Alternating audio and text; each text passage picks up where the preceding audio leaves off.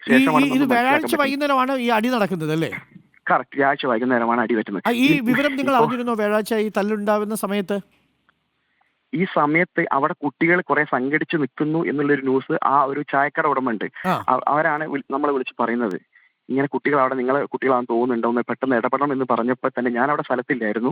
ഞാൻ പെട്ടെന്ന് ഓഫീസിലേക്ക് വിളിച്ചു. ഓഫീസിൽ ചാർജുള്ള സ്റ്റാഫും ഒരു അധ്യാപകനും കൂടി പെട്ടെന്ന് താഴേക്ക് ഇറങ്ങിപ്പോയി.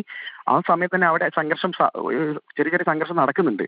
അപ്പോഴേക്കും അവർ നാട്ടുകാരുടെ സഹായത്തോടു കൂടി, നാട്ടുകാരും എല്ലാം കൂടിയാണ് കുട്ടികളെ ഈ പല പല ഭാഗത്തുനിന്നായിരുന്നു സാറേ സംഘർഷം. പ്രവീഷ് കണ്ടിരുന്നോ? ഇല്ല സാർ, ഞാൻ അവിടെ ഇല്ലായിരുന്നു സമയത്ത്. ഞാനൊക്കെ കഴിഞ്ഞിട്ടാണ്, ഞാനൊരു 7 മണി കഴിഞ്ഞപ്പോൾ ഞാൻ ആ സ്പോട്ടിൽ എത്തി. അന്നത്തേക്ക് പിള്ളേരൊക്കെ അവിടെ നിന്ന് പോയിരുന്നു. മനസ്സിലായി പ്രവീഷ്.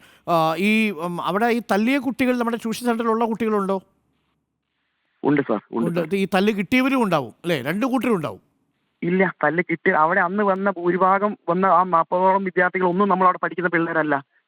ഓക്കെ. അപ്പൊ തല്ല് കിട്ടിയവരിൽ ആരും നമ്മുടെ സ്കൂളിൽ പഠിക്കുന്നവരില്ല.